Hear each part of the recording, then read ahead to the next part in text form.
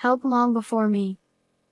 When I went to my son's house, I found my 10-year-old grandson, who should have run away, chained up. As I was about to help him, he said that my daughter-in-law, who should have been deceased, was there. But your mom passed away. When I opened the floor as my grandson instructed, there was my dried-up daughter-in-law lying there. What on earth happened? I was in a panic due to the unimaginable situation. Afterward, a series of horrifying truths were revealed. A year ago, after my husband passed away, I had been living alone. However, my son's family lived just a 30-minute walk away, so I didn't feel lonely. Especially my 10-year-old grandson Ron, who often rode his bike to visit me. Grandma. Look. I got a perfect score on my math test. I was always charmed by my kind and smart grandson who visited me out of concern. My son Simon, at 34, was a company employee. He had earned a qualification in economics at university and was using it at work. He seemed busy, so we didn't see each other often, but I thought it was proof of his hard work. Instead, my daughter-in-law Lily often visited me. Hello, how are you doing? I was always grateful for her concern. Mom, you should go on an overseas cruise. Half a year ago, my son suddenly came over and gave me a 2-week trip as a gift. He said he wanted to cheer me up after losing my husband. Oh my! What a thoughtful gesture. Thank you. I joyfully went on the cruise with my hobby friends, planning to help my son and his wife when I returned. However, Lily passed away a week ago, and we already had the funeral. When I visited my son right after returning to deliver souvenirs, I was shocked to hear the news at the doorstep. It was so sudden that they had the funeral with just the two of them. No way. As I tried to peek inside the house, my son quickly blocked my view. I didn't tell you because I wanted you to enjoy your trip. Indeed, I was on the sea at that time. Did you inform her parents? What about Ron? I bombarded him with questions, and my son frowned. I've contacted her parents, and Ron is in shock, so please leave him alone. I couldn't believe Lily was gone. Can I come in? I asked, but my son glared at me. Stop thinking only about yourself. You're really persistent. He yelled and shoved me into the empty street, causing me to fall. This boy is also grieving the loss of his beloved family. I accepted what he said, feeling deeply ashamed of my selfishness. Looking up at my glaring son, I apologized and decided to leave. Now, I regret not forcing my way in then, for something terrible was already happening. The next day, I decided to call my son first to ask if he needed help instead of showing up unannounced. But he didn't answer, possibly busy with work. I wanted to visit Lily's grave and check on my grandson. Yet, I didn't want to burden my son with my demands. After several unanswered calls, I left a message asking if I could visit. The next day, still no call back, so I decided to call once more. After a few rings, my son answered with an irritated tone. Why are you calling so much? I've got a lot going on here. Why? Because I'm worried about you and my grandson. By the way, Ron ran away. He left a note saying I'm following Mom. I was horrified by the note my grandson left. Oh no. Did you call the police? Of course. I called them immediately. I was terribly worried about Ron. He must be lonely after losing his mother. Oh, please come back. My hand holding the phone grew cold and numb. I'll look for him too. He'll come back eventually, so you don't need to do anything. My son shouted as I was about to hang up. Maybe he was trying to keep me from worrying, but I couldn't ignore a missing 10-year-old. But what did the police say? Ha! Oh, the police? They're doing interviews and searches. My son's vague response made me suspicious. Anyway, don't worry, he'll be back soon. Then he angrily hung up. Is he really looking for Ron? A small doubt began to grow in my heart. That night, I couldn't sleep at all, constantly worrying about my grandson. As the sky began to lighten, I made a decision. Better to walk around searching for Ron than doing nothing. More searchers would be better. I headed to the police station as soon as the inquiry desk opened at 8:30. My grandson ran away, and you're searching for him, right? Any leads? The officer listened and checked the status. To my shock, they said no search request had been filed. What? That can't be. I was stunned, remembering my son's evasive answers. He's hiding something. Thanking the officer, I immediately went to my son's house. I rang the doorbell, but there was no response, as he was likely already at work. Using my spare key, I let myself in. From the back, I heard noises. Did he leave the TV on? Curiously, I headed towards the sound, finding my grandson chained in the kitchen storage space. Ron! What happened to you? I rushed to him and hugged him. Grandma. Please. Help Mom first. He pointed to the floor storage nearby with his chin. But your mom is gone, right? The funeral was held. No. Mom is here. Please hurry. He was in a panic, crying and kicking to get closer. His frantic expression made me realize something was seriously wrong. I fearfully opened the floor storage. No. Lily. There lay my daughter-in-law, mouth gagged, hands and feet bound with tape, dried up and lifeless. It's all Dad's fault. Wah. Mom. Seeing his changed mother, my grandson screamed and cried. I hugged him and immediately called an ambulance. The operator arranged for the police and rescue team to cut the chains, and both Ron and Lily were rushed to the hospital. In the ambulance, my sobbing grandson explained what had happened. What a horrible thing. I'll make sure he pays for this, Ron. Grandma will see to it.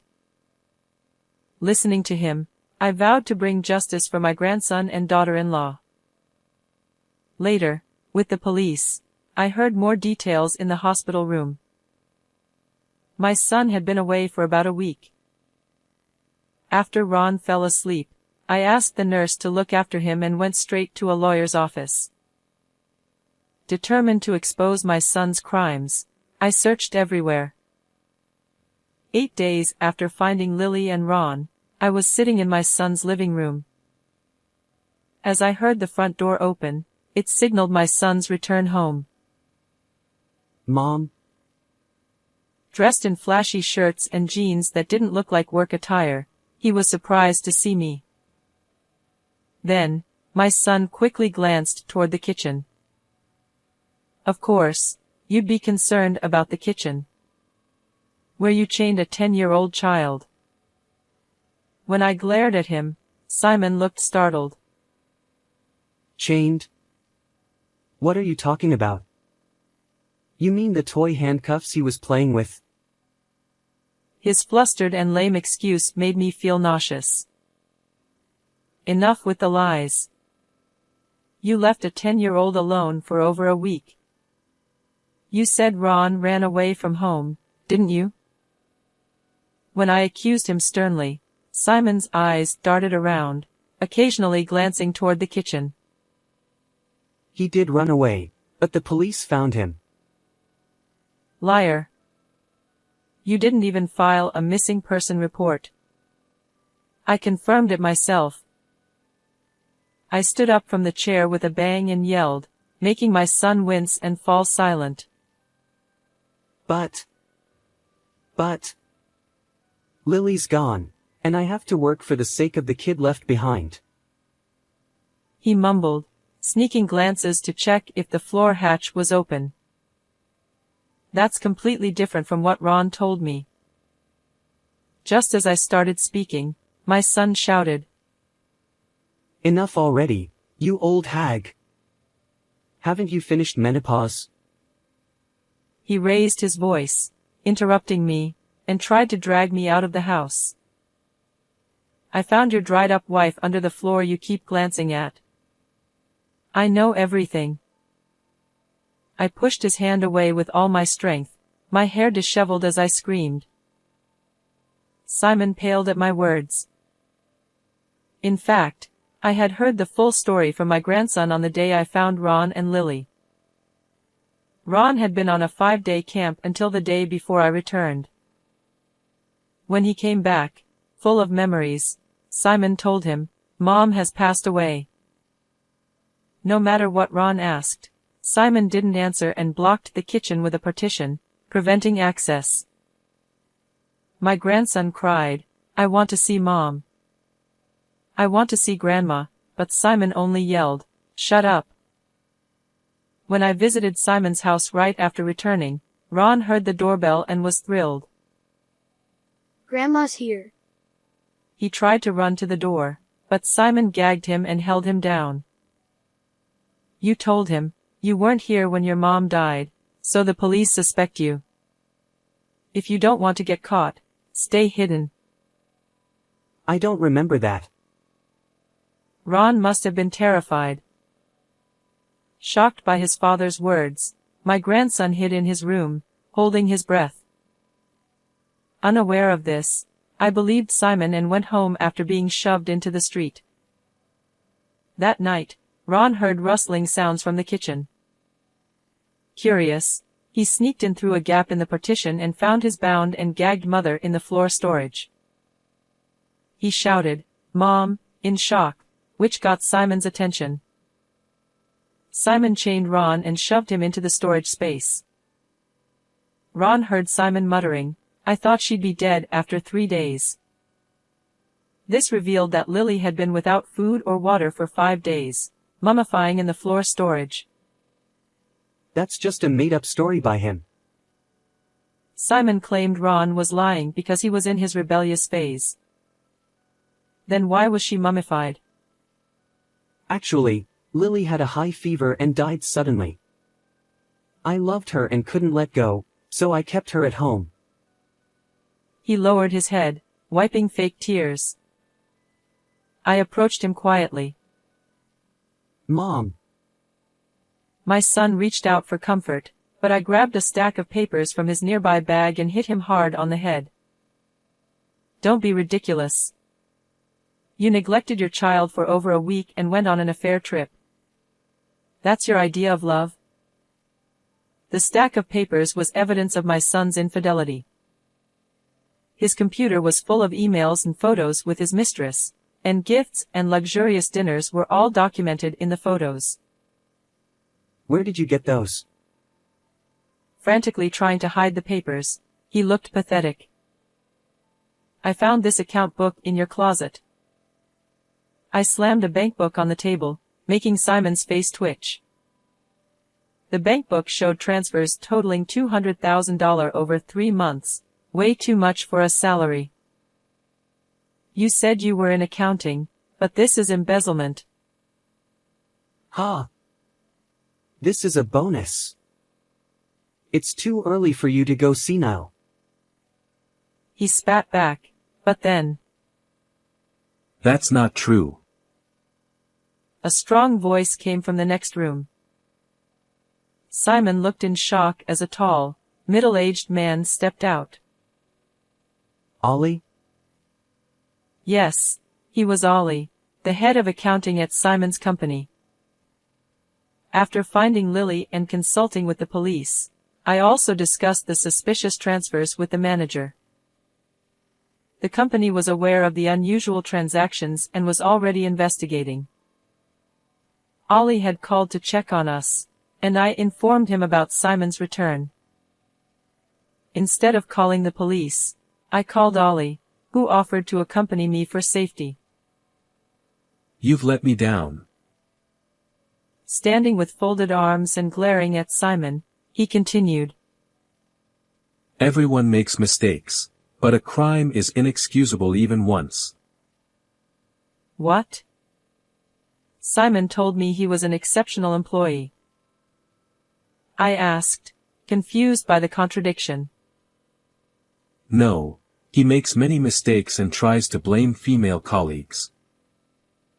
I was stunned and looked at Simon, who avoided eye contact. Still, I believed he had potential. Embezzlement is unforgivable. Spending stolen money on your mistress. What a disgrace. Shrinking under our combined scolding, Simon suddenly raised his head and started speaking boldly. Embezzlement and infidelity were wrong, but I couldn't accept Lily's sudden death. I wanted her close, so I put her under the floor. Claiming she wasn't alive when confined, he began sobbing theatrically. Stop lying. Lily is alive. When I revealed that Lily survived, my son's eyes widened in horror. His fake tears were obvious. That day, thanks to the doctors, Lily was saved and, though bedridden, gave statements to the police matching Ron's. She discovered Simon's bankbook and was attacked when she tried to contact the company. Remembering her trembling during her statement made my anger flare up again. Our company values customer trust above all. We cannot tolerate this. You're fired. The manager's low, powerful voice made Simon tear up. What you did is unforgivable. You're cut off. You won't see your wife or child again. My declaration visibly shook Simon. What? Fired and cut off? How am I supposed to live? Help me, Mom. Go cry in the bathroom again. I pushed away my son, who was clinging to me, crying. Just then, I heard police sirens, signaling the arrival of officers called before Ollie's appearance. Am I really getting arrested? I just wanted to impress a younger woman. Simon cried out, but I handed him over to the police, shooing him away. After that, my son was arrested. The lawyer predicts that, due to embezzling company funds, he might spend about 10 years in prison. Lily divorced him immediately and demanded $200,000 in alimony and child support. I hope he spends his life in poverty and loneliness, darker than the space under the floorboards. On the other hand, Lily has fully recovered, and Ron is doing well too. Feeling responsible for my son's actions, I offered to support their living expenses, but Lily firmly refused, saying she would work. Instead, she asked me to help take care of Ron, which feels like a reward, to be able to spend time with my adorable grandson at such an easy-to-handle age. Lily started working as an insurance agent and amazingly became the top salesperson nationwide. I will continue to watch over both of them with all my heart. How did you find this story? Please don't forget to subscribe to the channel. See you in the next video.